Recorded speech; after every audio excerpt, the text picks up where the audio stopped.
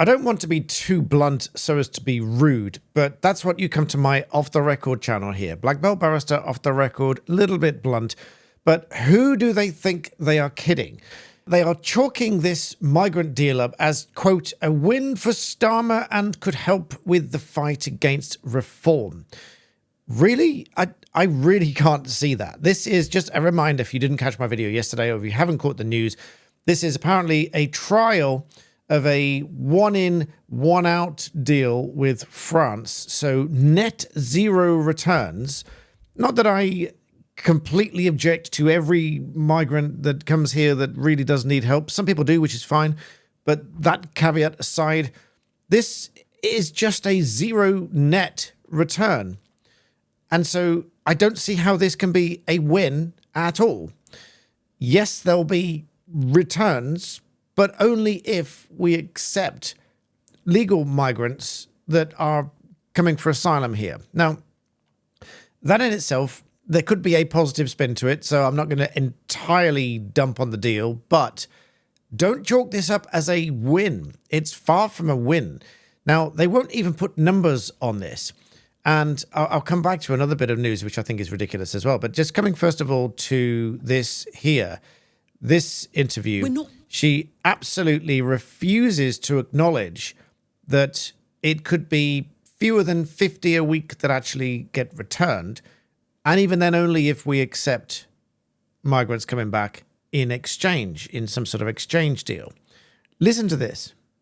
We're not actually fixing the ultimate numbers either in the first phase of the pilot or in subsequent phases of the pilot. So it could be fewer than 50. And so we need to get this started and we need to build this over time.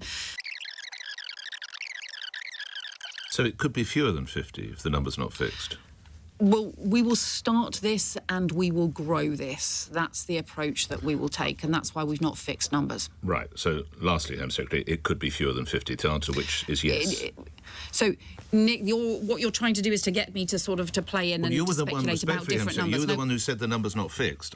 Yeah, it's not fixed. Exactly. That's so it could be fewer than 50. So I'm not going to speculate about the numbers that we'll get to. And you know, part of the reason that I'm not going to speculate about the numbers is partly because we will develop this over time, and it is a pilot, and also partly because there are ways in which we don't want the smuggler gangs to find different ways round this.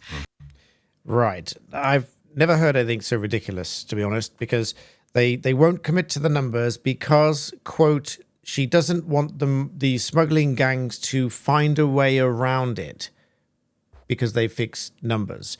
So if they were to fix it at 50, for example, which is reportedly that's what they're going to do each week as to how many get returned, they don't want to commit to 50 because then the gangs find a way around it.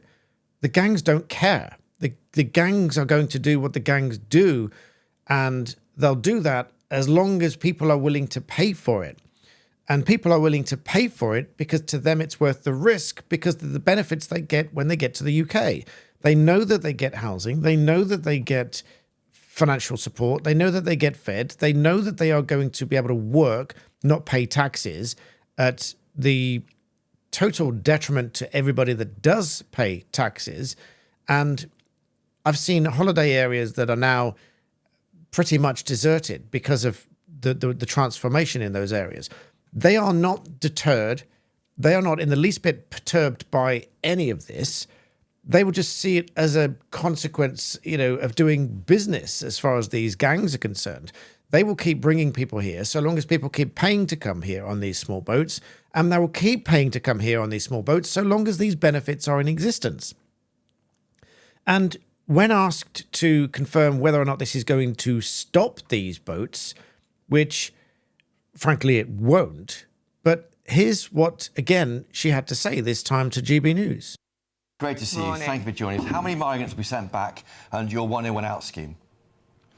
Well, we'll develop the pilot over time, but it's a really important groundbreaking breaking agreement, and it's been reached because for the last 6-7 years, while we've had this small boats chaos underway, no one has been returned to France. It's not been possible to return anyone to France. So this means for the first time, we will be returning people who have arrived on these dangerous small boats. I think, frankly, that is the right principle. It's the right thing to do. We will start operationalising it. We will build and expand it, and the numbers will vary from week to week. So we will do that step by step, and that's why we're not fixing the numbers at this point that will be covered by the pilot. So, Yvette, you can guarantee that we will see a decline in numbers of people coming across the Channel? Well, frankly, no one should be making these dangerous boat journeys across the Channel. So, of course, we set out as part of our plan for change, our determination. And so she refused to confirm that this was going to reduce the number of boats. She refused to say that this is going to stop the boats, this is going to prevent people coming, deter people from coming, and so on.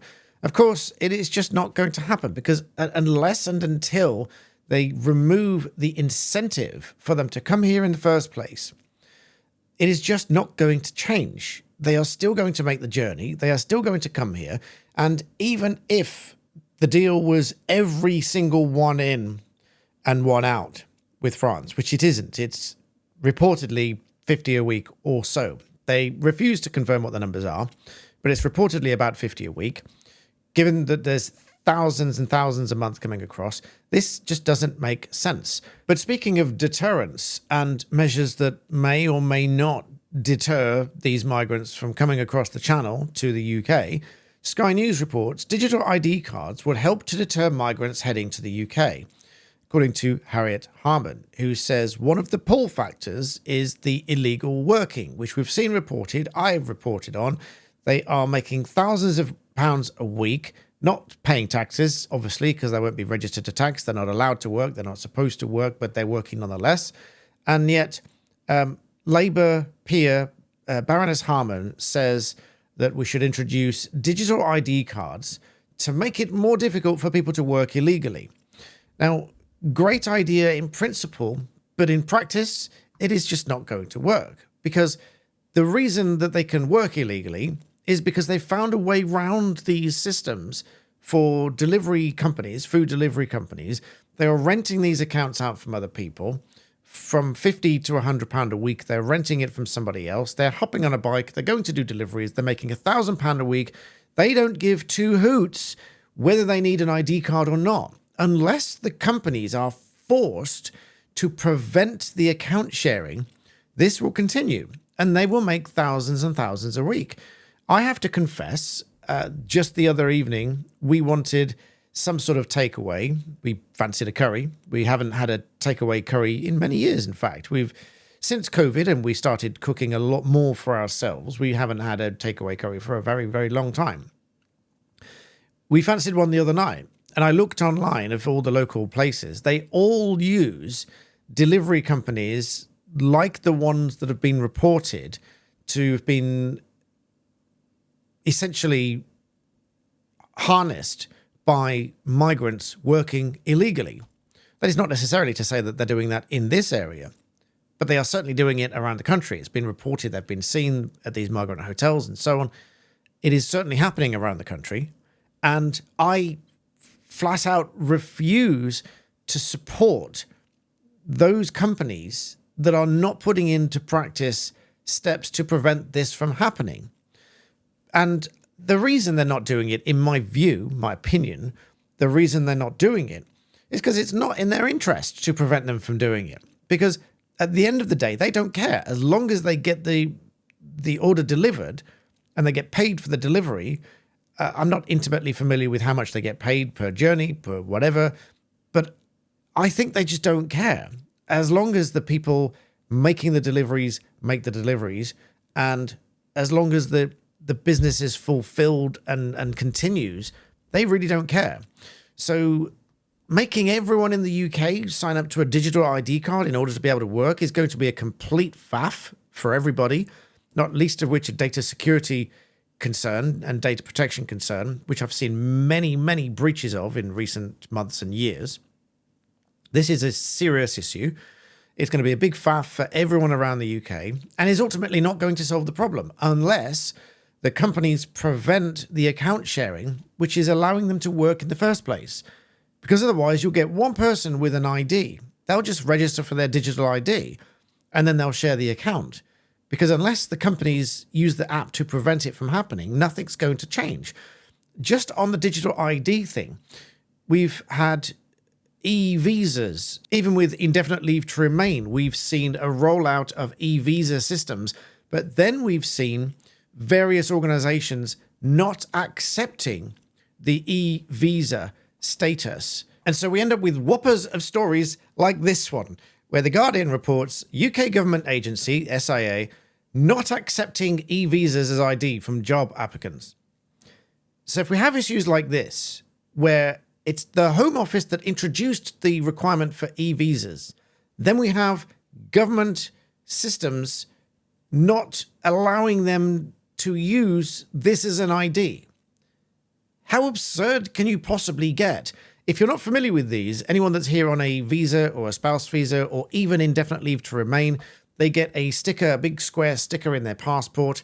And then even if they change their passport, they need to keep the old one because the sticker is still valid because that's their permission to be here and all of that sort of stuff. So they need to keep hold of that. And so they forced through a change for e-visas. So biometrics, Face ID, fingerprint ID, all the rest of it. They forced through a change so that they have to have e-visas. All the while being a concern as to, well, what happens with my sticker now? Because you've got to send that away. What happens with that? Are they going to have trouble coming in and out of the UK on this e-visa? What if it doesn't work? What if you get to the gate and they say, we don't have that on record? Are you turned away at the border? Those were the concerns. And it seems it might well be valid. I've not come across those specific cases yet about e-visas and people having trouble with it, save that we do get whoppers of stories like this reported where they are not accepting it as ID. Now, this is just as bad when we've had clients come to us who've changed their name and they've not been able to re-register at the doctor's surgery, for example, or other institutions, even though they've done a statutory declaration of name change, which you don't need to pay a fee for, by the way. There's somewhere online you can do deed poll, pay a few £100s or whatever, and you can pay lawyers to do it. You don't need to pay for it. You can do it yourself. You get it witnessed. I'm here to save money on it. It's strange coming from a lawyer, but you don't need to pay a lawyer for it. But if you change your name, then you can take that. You can send it off to the passport office. You can get a new passport. You can send it off to the DVLA, get a new driving license.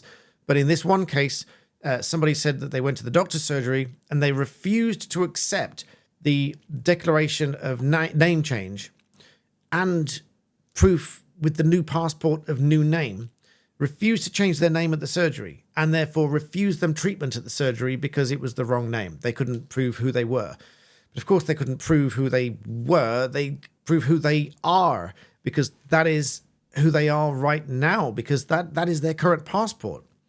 But they'd moved house and they couldn't register there because they're on the system under a different name. So they couldn't do that.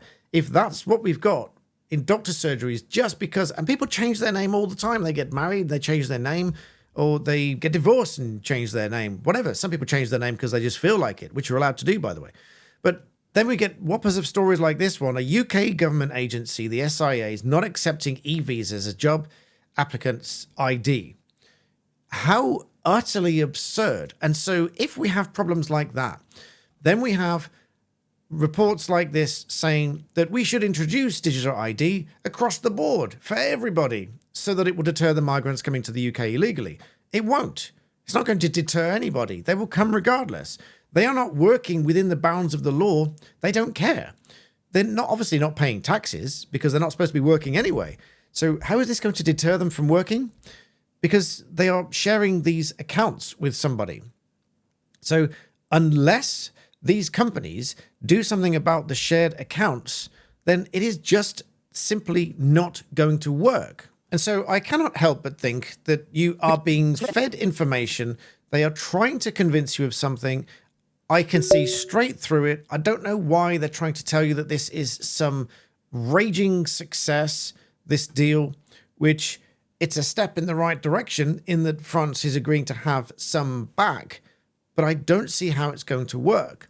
So what irritates me is not necessarily that we help genuine asylum seekers. I think a lot of people will probably agree that if someone is a genuine, very genuine asylum seeker, they're desperately, woman with 2 children or whatever, seeking escape from war and all of that sort of stuff, then perhaps we should help. I think a lot of people will agree with that. What I disagree with is the pure economic migrants that are coming here to work. They're coming here to fleece the system. They're coming here for free hotels, coming here for free money, free food, everything else. Work without paying taxes, do what they like. And particularly when we seem to be heading down the route that we're going to get soft on crime because the prisons are full, I hate to say it, we are looking at a turmoil in the next few years. But all the while, they're going to tell you that everything's fine. Just as Keir Starmer keeps saying that it was the previous government and Liz Truss that crashed the economy, when it wasn't really Liz Truss's fault. It was sort of half her mini budget, but half, I've talked about this in other videos, half the insurance-backed investments, etc., that all went wrong, which didn't really crash the economy, but it did dip the economy. Wasn't necessarily her fault, but now, if you look at the state of the economy now, it's arguably far worse than it was then. And we are now in the 2nd month of decline, but they tell you everything's fine. They tell you they're fixing it. They tell you everything's fine. It's just utterly absurd. And a final bit of news that's come in while I'm recording this, from the Telegraph, I'll link below. Unite Union suspends Angela Rayner over bin strikes and could split from Labour. Interesting. It says Angela Rayner has been suspended by Unite, the union, over the Birmingham bin strike. The organisation has also announced that it's reviewed the relationship with the Labour Party.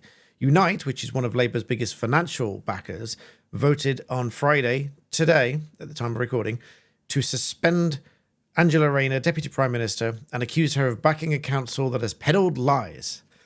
Colour me surprised. Does this not back up everything that I'm just saying? Because this is exactly what I'm saying. It seems that they are pushing this stuff out to you. It's gaslighting. It's disingenuous, in my opinion, for the reasons I've stated. So that's what you'll hear on Black Belt Barrister off the record for. If you like telling the truth, hearing the truth, please do subscribe. Let's get to 100,000 subscribers for telling the truth. So I thank you for watching, and I'll see you next time.